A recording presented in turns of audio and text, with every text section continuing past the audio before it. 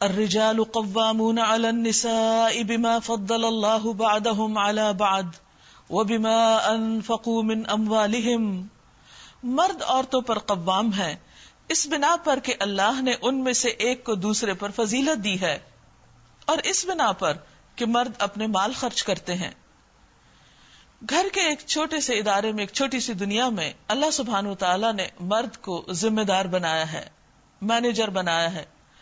قوام یا قیم اس شخص کو کہتے ہیں جو کسی ادارے کا نظام درست طور پر چلائے اور ان کی حفاظت اور نگہبانی کرے اور ان کی ضروریات مہیا کرے. گویا مرد پر یہ ذمہ داری عائد کی گئی ہے کہ شادی کے بعد وہ اپنی بیوی اور پھر بچوں کی ضروریات پوری کرے، ان کی حفاظت کرے، ان کی نگرانی کرے اور ان کو درست طریقے پر چلائے، ان کو ادب اخلاق سکھائے اور ان کی آخرت کی بھی فکر کرے. جیسا کہ ایک اور جگہ پر فرمایا، یا ایھا الذین آمنوا قوا انفسکم واہلیکم نارا، اے لوگو جو ایمان لائے ہو اپنے آپ کو اور اپنے گھر والوں کو آگ سے بچاؤ. اس کی وجہ کیا ہے کہ یہ ذمہ داری مرد کو دی گئی؟ دو وجوہات یہاں بتائی گئی. نمبر ایک، بما فضل اللہ بعضهم علی بعض، کیونکہ اللہ نے ان میں سے ایک کو دوسرے پر فضیلت دی ہے. اب فضیلت یہاں کسی شان، شرف اور عزت کے معنی میں نہیں ہے، بلکہ اس سے مراد ایک کا دوسرے کے مقابلے میں اس رول کو بہتر طور پر ادا کرنے کی صلاحیت ہے. یعنی مرد کی جو جسمانی طاقت یا اس کی جو صلاحیت ہے، یا جو اس کو اللہ تعالیٰ نے ان بہت سی ذمہ داریوں سے فارغ کر دیا جو عورت کو ایک گھر کے اندر ادا کرنی پڑتی ہیں، بچوں کی پیدائش وغیرہ اور ان کی تربیت کے سلسلے میں. دوسری بات یہ ہے وَبِمَا أَنفَقُوا مِنْ أَمْوَالِهِمْ، کیونکہ وہ اپنے مال خرچ کرتے ہیں.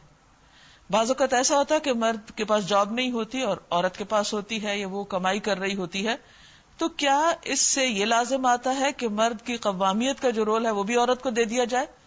ایسا کرنا انصاف کی بات نہیں ہوگی. کیوں؟ اس لیے کہ عورت پر ذمہ داری اور زیادہ بڑھ جائے گی.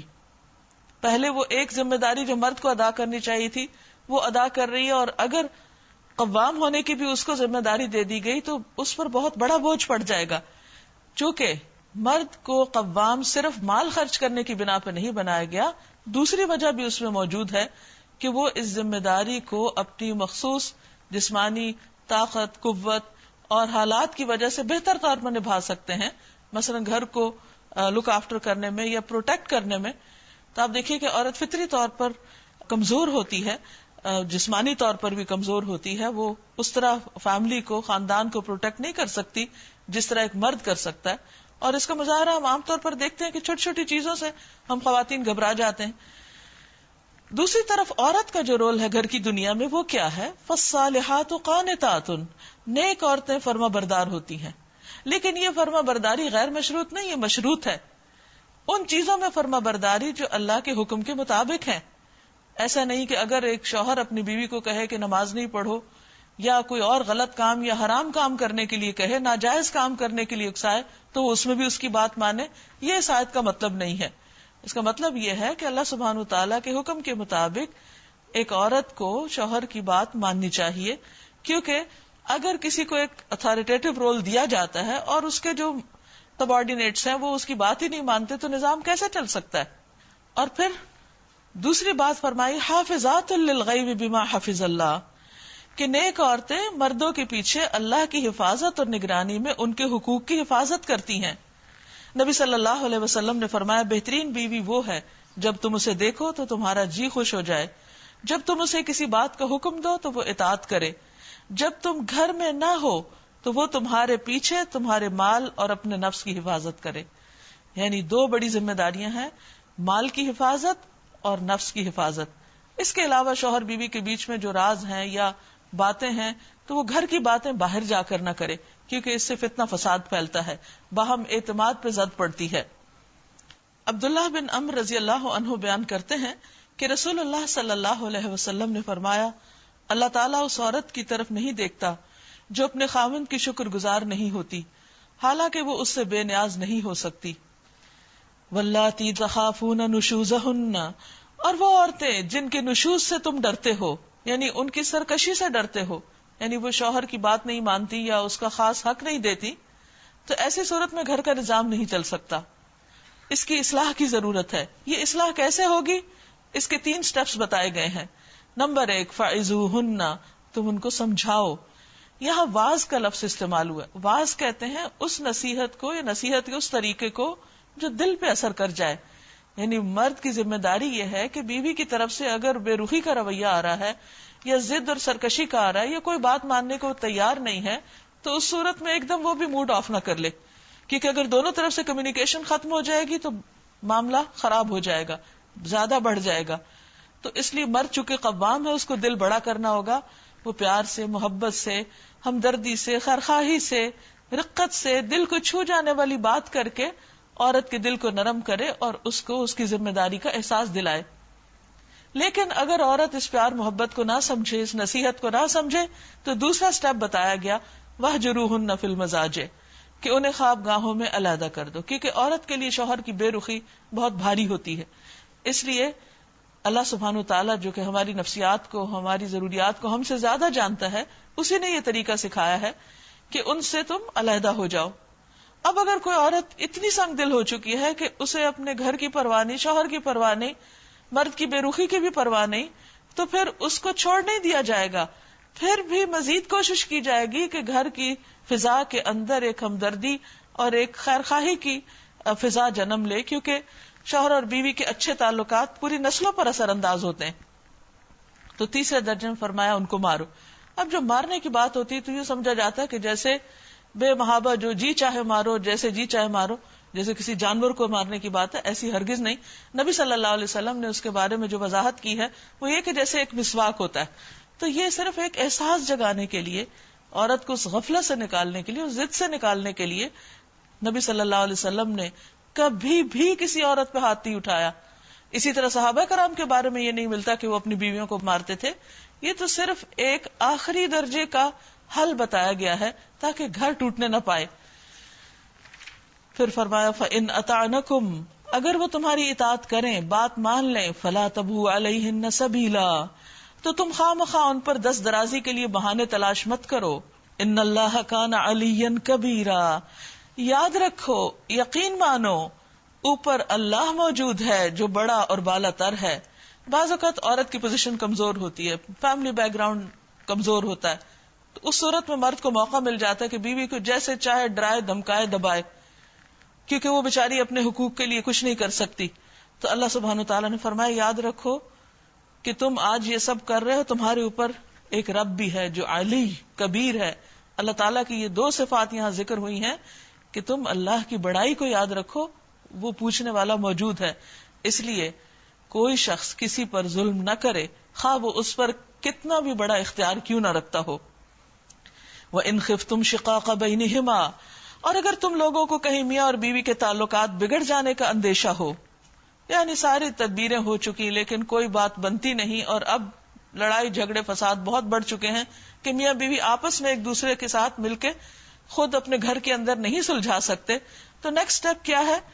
تو ایک حکم مرد کے رشتہ داروں میں سے اور ایک عورت کے رشتہ داروں میں سے مقرر کرو، یعنی دونوں طرف سے اب فیملی انوالو ہو، وہ دونوں اصلاح کرنا چاہیں گے تو اللہ ان کے درمیان موافقت کی صورت نکال دے گا، معاملہ درست ہو جائے گا. اللہ سب کچھ جانتا اور باخبر ہے. اس کے بعد عمومی ہدایات، وَاعْبُدُوا اللَّهَ وَلَا تُشْرِكُوا بِهِ شَيْئًا، اور تم سب اللہ کی بندگی کرو اور اس کے ساتھ کسی کو شریک نہ بناؤ، کیونکہ خاندانی زندگی کی اصلاح اس میں ہے کہ انسان عمومی طور پر اللہ کا بندہ بن کر رہے اور اپنے سارے کاموں کو اللہ کے لیے خالص کر رہے. کیونکہ اگر انسان اللہ کے علاوہ کسی اور کے لیے اچھے کام کرتا ہے تو وہ قبول نہ کیے جائیں گے. وَبِالْوَالِدَيْنِ إِحْسَانًا، اور والدین کے ساتھ احسان کرو، یعنی صرف بیوی کا حق نہیں، صرف اپنے بچوں کا ہی حق نہیں، بلکہ والدین کا بھی حق ہے. اور ان کے ساتھ ہمیشہ جو سلوک کرنے کو بتایا گیا وہ احسان کا ہے. احسان عدل سے اوپر کا درجہ ہے، یعنی ویسا نہ کرو جیسے انہوں نے تمہارے ساتھ کیا، کیونکہ بعض اوقات بچوں کو بہت شکایات ہوتی ہیں اپنے ماں باپ سے. وہ جو بھی کریں تمہارا فرض یہ بنتا ہے کہ تم اچھا ہی کرو، کیونکہ وہ تمہارے والدین ہیں. وَبِذِي الْقُرْبَى، اور رشتہ داروں کے ساتھ، وَالْيَتَامَى، اور یتیموں کے ساتھ. مسلمانوں کے گھروں میں وہ گھر سب سے بہترین ہے جس میں کوئی یتیم پلتا ہو اور اس کے ساتھ اچھا سلوک کیا جاتا ہو. والمساکین، اور مسکینوں کے ساتھ، غریب فقیر حاجت مند، والجار ذی القربا، رشتہ دار پڑوسی کے ساتھ. اس کے دو حق ہیں، ایک رشتہ داری کا اور ایک پڑوسی ہونے کا، ہمسایہ ہونے کا، نیبر ہونے کا. ابو عامر حمصی سے روایت ہے، انہوں نے کہا کہ ثوبان کہا کرتے تھے کوئی شخص جو اپنے ہمسایہ پر ظلم اور جبر کرتا ہے حتیٰ کہ ہمسایہ گھر چھوڑ کر بھاگ جائے تو ایسا شخص ہلاک ہو جاتا ہے. والجار الجنب والصاحب بالجنب، اجنبی ہمسائے سے یعنی جو رشتہ دار نہیں، ویسے ہی نیبرز ہیں، مسلم نان مسلم کوئی بھی. والصاحب بالجنب، اور پہلو کے ساتھی، کہیں بھی ساتھ بیٹھنے والے، کولیگز، مثلاً کہیں ساتھ پڑھنے والے، ساتھ کام کرنے والے، کہیں کسی سفر میں ساتھ بیٹھنے والے، کسی ویٹنگ ایریا میں ساتھ بیٹھنے والے، خواہ تم انہیں جانتے ہو یا نہیں جانتے، ان سب کا بھی حق ہے. ابو ہریرہ رضی اللہ عنہ سے مروی ہے کہ نبی صلی اللہ علیہ وسلم نے فرمایا پڑوسی کے ساتھ حسن سلوک کرو، مومن بن جاؤ گے. جو اپنے لیے پسند کرتے ہو لوگوں کے لیے بھی وہی پسند کرو، مسلمان بن جاؤ گے. اس طرح اللہ سبحانہ تعالیٰ نے ایک ترتیب رکھی، سب سے پہلے اپنی عبادت کی بات، پھر اس کے بعد انسانوں میں سے والدین، پھر خون کے رشتے، پھر اس کے بعد سوسائٹی کے کمزور لوگ، یتیم، مسکین، اور پھر اس کے بعد نیبرز، چاہے رشتہ دار ہوں، چاہے اجنبی ہوں، چاہے لمبے عرصے کے لیے ساتھ ہوں، چاہے تھوڑے عرصے کے لیے، چاہے تھوڑی دیر کے لیے کہیں کسی کے ساتھ واسطہ یا انسان کا تعلق پیدا ہو. وابن السبیل، اور مسافر جو بالکل اجنبی ہو، اس کا بھی تم پر حق ہے. کتنی خوبصورت ہیں یہ ہدایات. اس طرح اللہ تعالیٰ انسانوں کے درمیان ایک ایسا رشتہ پیدا کرتا ہے اور ہر ایک کو احسان کرنے کا حکم دیتا ہے. آپ دیکھیے کہ ہم عموماً کیا کہتے ہیں، فلاں نے چونکہ میرے ساتھ یہ کیا اس لیے میں بھی اس کے ساتھ ایسا کروں گا. اس بنا پر کبھی تعلقات خوبصورت نہیں ہوتے، خوشگوار نہیں ہوتے. خوشگوار تعلقات کا راز کیا ہے؟ احسان. دوسرے کے رویے کو مت دیکھو، اپنے آپ کو اس کے رویے کے تابع نہ کرو، یہ دیکھو تم کیا کر سکتے ہو، کیونکہ تمہارا معاملہ اللہ تعالیٰ کے ساتھ ہے اور اس کی جزا وہ دے گا تم کو. وما ملکت ایمانکم، اور ان کے ساتھ بھی احسان کرو جو تمہارے قبضے میں ہیں، تمہارے مملوک، غلام، جن کے پاس آزادی نہیں، اللہ نے ان کو تمہارے بس میں کر دیا. اب تم جو چاہو ان کے ساتھ کرو، لیکن ایک مومن ہمیشہ اللہ سے ڈرتا ہے، وہ کسی پر بھی ظلم روا نہیں رکھتا، خواہ اللہ تعالیٰ اس کو دوسرے پر کتنی بھی طاقت، قوت، قدرت کیوں نہ دے دے. ان اللہ لا يحب من کان مختالا فخورا، یقین جانو اللہ کسی ایسے شخص کو پسند نہیں کرتا جو اپنے پندار میں مغرور ہو اور اپنی بڑائی پر فخر کرے. یعنی اللہ کو احسان کرنے والے محبوب ہیں، فخر کرنے والے، خود کو بڑا سمجھنے والے، مغرور اور متکبر لوگ، یہ اللہ کو پسند نہیں. اور ایسے لوگ بھی اللہ کو پسند نہیں جو کنجوسی کرتے ہیں اور دوسروں کو بھی کنجوسی کی ہدایت کرتے ہیں. اگر کوئی اور اچھا کرنے لگے تو اس کو بھی روکتے ہیں. اور جو کچھ اللہ نے اپنے فضل سے انہیں دیا ہے اس کو وہ چھپاتے ہیں، یعنی کسی کو ظاہر ہی نہیں کرتے کہ ان کے پاس اللہ کے کیا انعام و اکرام ہے. اور نہ یعنی کہ ایسا کردار سامنے آ رہا ہے کہ جو اللہ کی نعمت اور فضل کو نہ اپنی ذات پر نظر آنے دیتا ہے، اپنی حیثیت سے کم تر درجے میں رہتا ہے کہ کسی کو پتہ ہی نہ چلے، اور اس کی ساری توجہ صرف مال جمع کرنے اور سمیٹنے پر ہے اور چھپا کر رکھنے پر، نہ کسی اور پہ کرتا ہے، بلکہ اس درجہ سٹنجی ہے کہ اگر کوئی اور کرنے لگے تو اس کو بھی روک دیتا ہے. یعنی اس کے اندر انتہا درجے کی دل کے اندر سختی اور تنگی اور گھٹن ہے. ایسے لوگ کبھی بھی خوش نہیں ہو سکتے جن کے دل تنگ ہوں.